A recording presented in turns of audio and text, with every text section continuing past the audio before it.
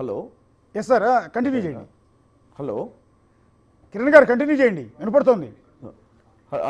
ఇప్పుడున్న పరిస్థితిలో అండి ఒకటి ఏంటంటే ఓవరాల్ ఇంకా 50% అంటే 9 రౌండ్స్ 10 రౌండ్స్ అయితే కానీ మనకు క్లారిటీ రాదు. ఎందుకంటే ఈ first second third round, first round Congress ఉండే, సెకండ్ థర్డ్ రౌండ్స్లో బీజేపీ మెరుగుగా ఉంది కొన్ని ఏరియాస్లలో. సో ఈ ట్రెండ్స్ మొత్తం ఏంటంటే ఇండిపెండెన్స్ ఉన్నారు. ఇప్పుడు అక్కడ ఇందాకనే ఎవరో విశ్లేషకులు చెప్తున్నారు జాట్ ఓట్ పర్సంటేజ్ వల్లనే ఈ అదర్ పొలిటికల్ పార్టీస్ జేపీపీ కానీ ఐఎన్ఎల్డి కానీ ఇవన్నీ కూడా దెబ్బతిన్నాయని. సో ఈ ట్రెండ్స్ అనేది టూ ఎర్లీ. బేసిక్గా 10 years ఆఫ్ గవర్నెన్స్ బీజేపీ తర్వాత ఆటోమేటిక్గా యాంటీ వేవ్ అనేది ఉంది. దాంట్లో ఇది ఎస్పెషల్గా మనకు ఫార్మర్స్ రూరల్ బెల్ట్లో మాత్రం కాంగ్రెస్ కోటేయాలనే ఒక ఆలోచన ఉంది. కాబట్టి మనము ఇంత తొందరగా పరిస్థితులను మనము జారిపోయినాయి అనుకోవడమో, లేకపోతే ఈ ట్రెండ్స్ ఏదైతే ఇనిషియల్ ట్రెండ్స్ మళ్ళీ రిటర్న్ రావడానికి అవకాశాలు లేవని కాదు. కాకపోతే ఏంటంటే ఇది అన్యూన్యం. అంటే ఒకసారి అసలు ఈ స్థాయిలో బీజేపీకి ఓట్ పర్సంటేజ్ సెకండ్ థర్డ్ రౌండ్లో రావడం అనేది కూడా కొద్దిగా ఆశ్చర్యంగానే మాకు కూడా ఉంది. ఎందుకంటే మేము ఫస్ట్ నుంచి కూడా ఏమనుకున్నామంటే ఓవరాల్గానే ఎర్లీ ట్రెండ్స్ కంటిన్యూ చేసే అనుకున్నాం. కాకపోతే ఇంకా మేము టోటల్గా గివప్ చేయలేదు. అంటే బేసిక్గా ఈ 38 అనే నెంబర్ కన్సిస్టెంట్గా ఉంటుందని కాదు. డెఫినెట్గా మేము 46 పైకి మ్యాజిక్ ఫిగర్ దాటమన్న కాన్ఫిడెన్స్ మాకుంది. లెట్స్ సీ అండి, అనదర్ 2 rounds తర్వాత we will have more clarity. ఎందుకంటే ఇటు యాదవ్ బేసిక్గా హర్యానా ఓట్ బ్యాంక్ వచ్చేసి జాట్స్, యాదవ్స్, తర్వాత గుజ్జర్స్, తర్వాత ఇక్కడ ఉన్నటువంటి ఎస్సీ పాపులేషను, మైనార్టీ పాపులేషను, ఏ యాంగిల్లో చూసుకున్నా కానీ బేసిక్గా కాంగ్రెస్కి అడ్వాంటేజ్ ఉన్నటువంటి పరిస్థితి చాలా రూరల్ బెల్ట్లో ఉంది. వీ విల్ సీ దట్ అండి, we will see after 2 rounds. మీరు ఇంకో 1.5 hours we will have more better clarity.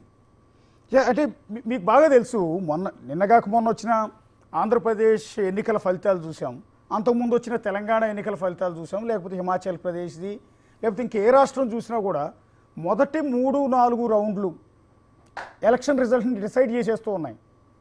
మొదటి 3 రౌండ్లలో ఏ పార్టీ అయితే లీడింగ్లో ఉంటుందో చివరి వరకు కూడా అదే కంటిన్యూ అవుతుంది. ఇక్కడ కాంగ్రెస్ పార్టీ పరిస్థితి ఏంటంటే హర్యానాలో మొదటి రౌండ్లో మాత్రమే పోస్టల్ బ్యాలెట్ కావచ్చు, మొదటి రౌండ్ కావచ్చు, ఆ రెండింటిలో మాత్రమే లీడింగ్లో ఉంది. సెకండ్ రౌండ్ కావచ్చు, థర్డ్ రౌండ్ కావచ్చు, ఫోర్త్ రౌండ్ కావచ్చు, బీజేపీ లీడ్లో కనిపిస్తుంది. మీకు ఇప్పుడు కూడా స్టిల్ 45 కనిపిస్తుందండి.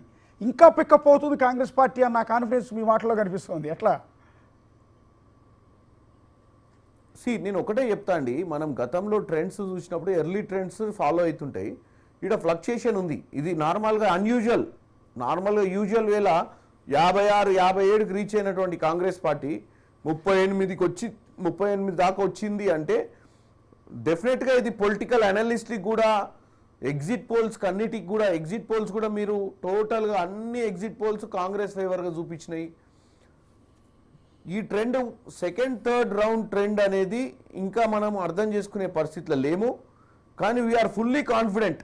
ఎందుకు కాన్ఫిడెంట్గా ఉన్నామంటే we have seen the election. అంటే ఎలక్షన్ని గ్రౌండ్లో చూసినటువంటి పరిస్థితి ఉంది మాకు. డెఫినెట్గా అక్కడ ప్రజలు ఎవరితో మాట్లాడినా కానీ they are fed up. Because మీరు రాజ్దీప్ సర్దేశాయ్ గారి టూర్లో కానీ ఈ మేజర్ ఛానల్స్ హర్యానాలో గ్రౌండ్ జీరో రిపోర్ట్ తీసుకున్నప్పుడు కానీ చాలా ఊర్లల్లో ఏదైతే వ్యవసాయం చేసుకునే వాళ్ళు కానీ కింది స్థాయిలో ఉన్న ఏమంటూ ఈ పని చేసుకొని బతికే వాళ్ళు వీళ్ళందరూ కూడా కాంగ్రెస్కి ఓటేయాలన్న ఆలోచన మాత్రం క్లియర్గా కనపడ్డది. Let's see. ఎందుకంటే మేమేమి యాక్చువల్గా వేరే ఎన్నికలను అయితే నేను చెప్పేవాడిని ఇప్పుడే, డెఫినెట్గా ఇదేదో చూస్తుంటే అంత పాజిటివ్ లేదని. ఇంకా మేము అది చెప్పలేకపోతున్నాం. ఎందుకంటే వాస్తవంగా మేము చూసింది వేరు, ఇప్పుడు ఈ సెకండ్ థర్డ్ రౌండ్లో జరిగింది మ్యాచ్ కాలేదు. అది కొన్ని కారణాల వల్ల ఆ ఓట్ పర్సంటేజ్ ఎట్లా ఫ్లక్చుయేట్ అవుతుంది అనేది we will know in another 1 hour అండి. ఎంపీ గారు, మీకు ఇంకొక బ్యాడ్ న్యూస్ ఇక్కడ. సుధాకర్ గారు ఒకసారి మీరు అది జమ్మూ కాశ్మీర్ ఒకసారి చూడండి. మీకు ఇంకో బ్యాడ్ న్యూస్ అండి. ఆల్రెడీ దేశవ్యాప్తంగా కాంగ్రెస్ పార్టీ కార్యాలయాల్లో అన్ని కాంగ్రెస్ పార్టీ శ్రేణులందరూ కూడా సంబరాలు చేసుకుంటూ ఉన్నారు, స్వీట్లు పంచుకుంటూ ఉన్నారు.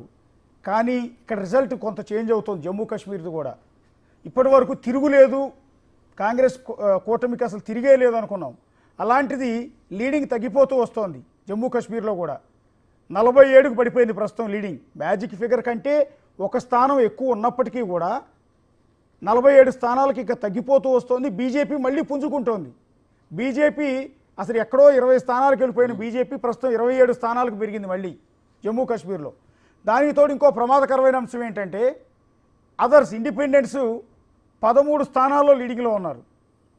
ఒకవేళ ఆల్మోస్ట్ కొనసాగుతున్న ట్రెండ్ మిగిలిన రాష్ట్రాల్లో చూసిన పరిస్థితిని బట్టి ఆ ఇండిపెండెంట్లు అందరూ కూడా బీజేపీ వైపు మొగ్గు చూపితే, పీడీపీ కూడా బీజేపీ వైపు మొగ్గు చూపితే అనూహ్యంగా మారిపోయే అవకాశం ఉంటుంది కదా. మీ చేతిలోకి వచ్చిందనుకున్న అధికారం కాస్త ఆ జమ్మూ కాశ్మీర్లో కూడా లూజ్ అయ్యే పరిస్థితులు యాజ్ ఆఫ్ నౌ ఇప్పటి వరకు ఉన్న పరిస్థితిని బట్టి కనిపిస్తోంది కిరణ్ గారు.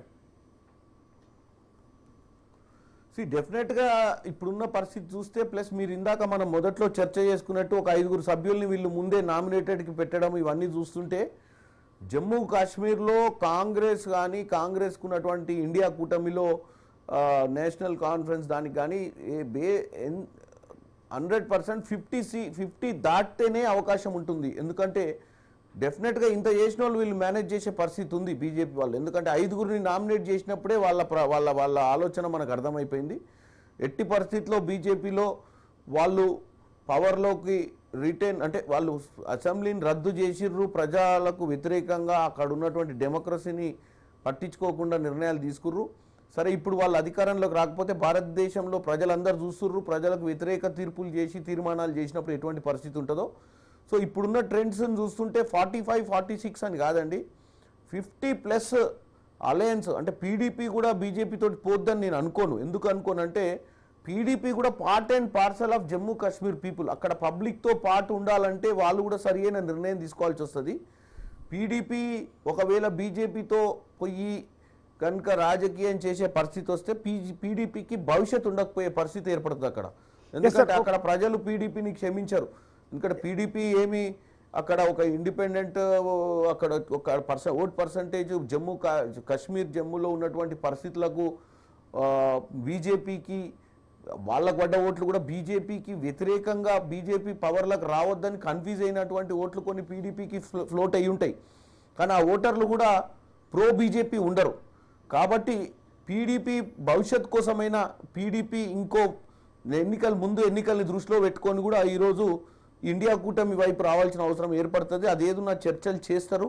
ఎందుకంటే అక్కడ ప్రజల సంక్షేమము, అక్కడ ప్రజల అవసరాల మేరకే ప్రభుత్వాలు ఫామ్ చేయాలి. కాబట్టి డెఫినెట్గా వీ విల్ సీ అండి.